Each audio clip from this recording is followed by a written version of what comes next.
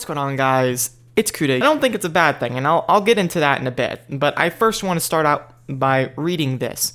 Prepare your team for victory in the new Elder Wind Tower, where you'll face MK11 Fujin and other powerful Elder Gods. Maintenance will begin around 5 a.m. Central Time, that's what CT means, and Central Time, 5 a.m., is also 10 a.m. UTC, which is 5 hours ahead of Central Time. So a lot of people get mixed up when they say 5 a.m. Central Time and then they say 10 a.m. UTC. A lot of people think, oh, so it's going to end at 10 a.m.? No. This is just the UTC time compared to Central Time. Okay, now that we have that out of the way, how long does maintenance usually take? Well, usually maintenance takes about 6-7 hours. So usually, like I said, this is not confirmed, but usually the update will be ready about 11-12, if not 1-2 p.m. Central Time. Now, you can do the calculations yourself on Google of what 12 to 2 p.m. is in your time. If it's Eastern, then you're just 1 hour ahead. Just go off of 1 hour ahead. But if you're anywhere else, just calculate that on Google. Now, MK11 Fujin. This is a little weird. They decided to drop the information on the character, but not the gameplay. I'm not against this, and I'm going to explain why. I actually like this. I don't want to know everything about the character before it comes out, or any new update information, because I would like to do content creation on it as a fresh experience. I don't want to have to watch someone else play it, like Mortal Kombat Mobile, because it takes the fun out of it. It's our game, per se.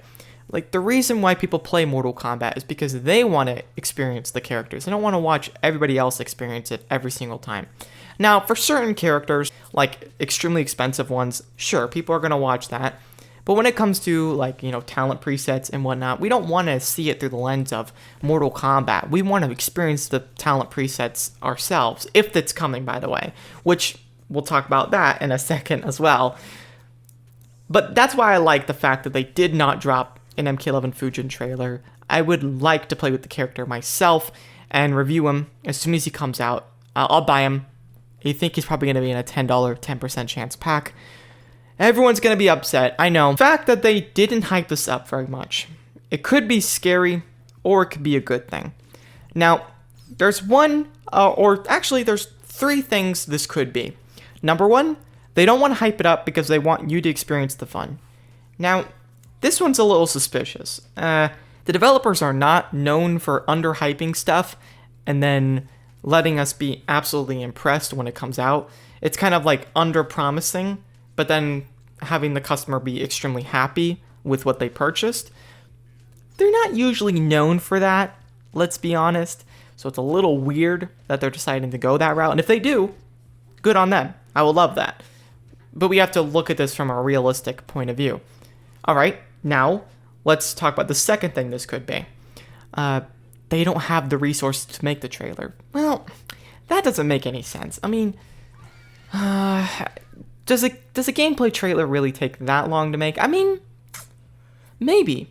Because they do have to voice it over. They have to get the voice of Fujin in there. And they have to actually record, edit it, and everything. Now, it sounds really easy from the surface. But maybe if the team is losing more people working on it, then it could be a problem. Number 3, they underhyped the game because there isn't much coming.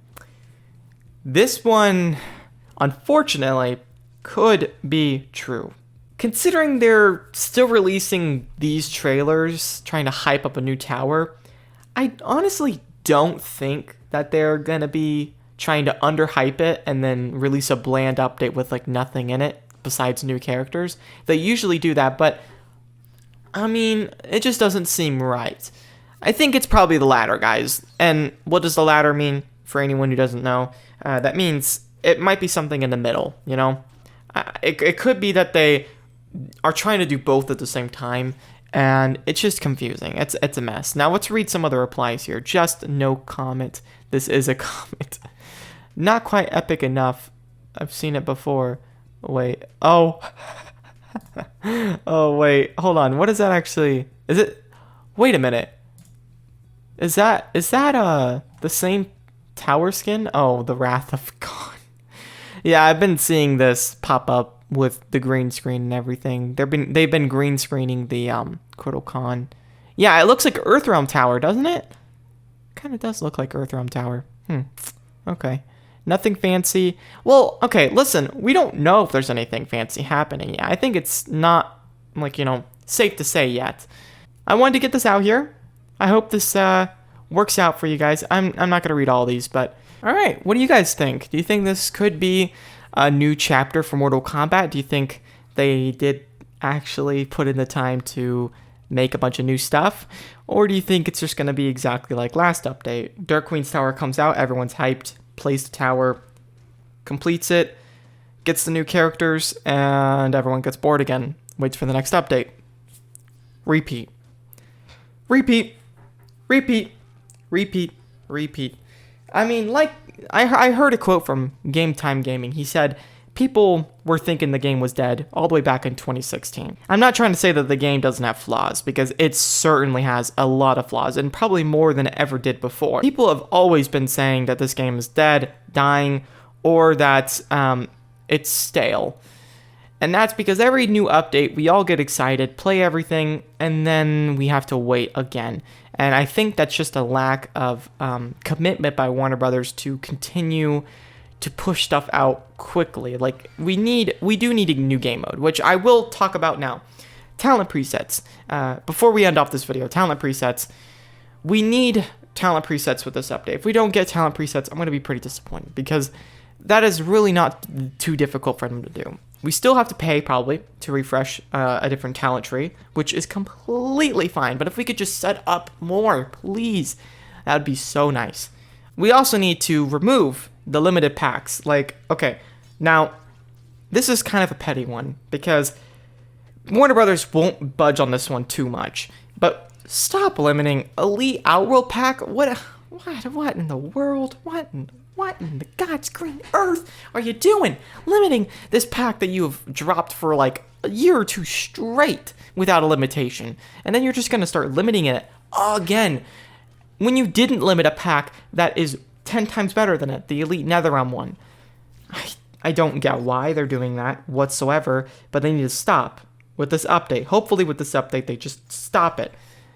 Classic Rain, FireGod Liu Kang, and I think Cassie Cage already has a pack. The Cassie Cage, the gold one, she already has a new pack. They just never dropped it. So they need to air her pack first off, the Cassie Cage one, and they need to make a Classic Rain soul pack and a FireGod Liu Kang soul pack. If it has a 20 limit, so be it. Honestly, just let people get the character without going through a tower. And that'll be fair for now. Sindel obviously won't get a pack, most likely. But if we can just get one for Classic Rain and FireGod Liu Kang, that'd be nice. And of course, you know me, I'll be on this immediately trying to tell you all the information I know about the updates. I'll release the upcoming packs when I have them available. I really wanted to get this video out here because people have been wanting to know my predictions about the update and what I think could be coming and what couldn't be. There's probably more I could discuss, like new game mode wise and whatnot. Oh, well, obviously they could do it though. And it's like, yeah, I know.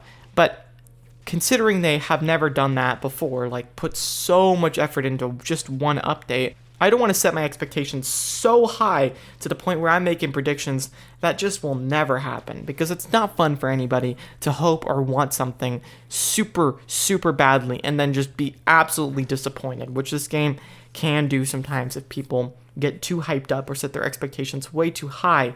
And that's why I'm not going to go into too much detail for what could come to Mortal Kombat tomorrow. It's up to us to experience the update and see what happens.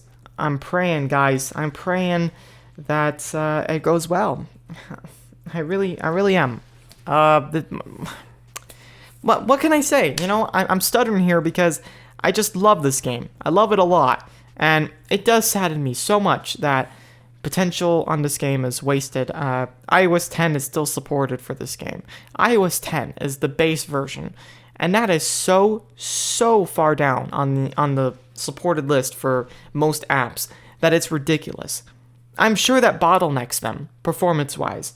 They need to start updating this app performance-wise and graphically, because people are experiencing a lot of issues on newer phones, which is just not acceptable. I mean, it's just not acceptable. The base version needs to at least be iOS 12 or 13 because this just isn't going to work out long term. And hopefully that's what this is. Under-promising and over-delivering. That's what I hope happens here tomorrow. But it could be just yet another bad update. Anyways, guys, thank you guys for watching this video. And yeah, peace out.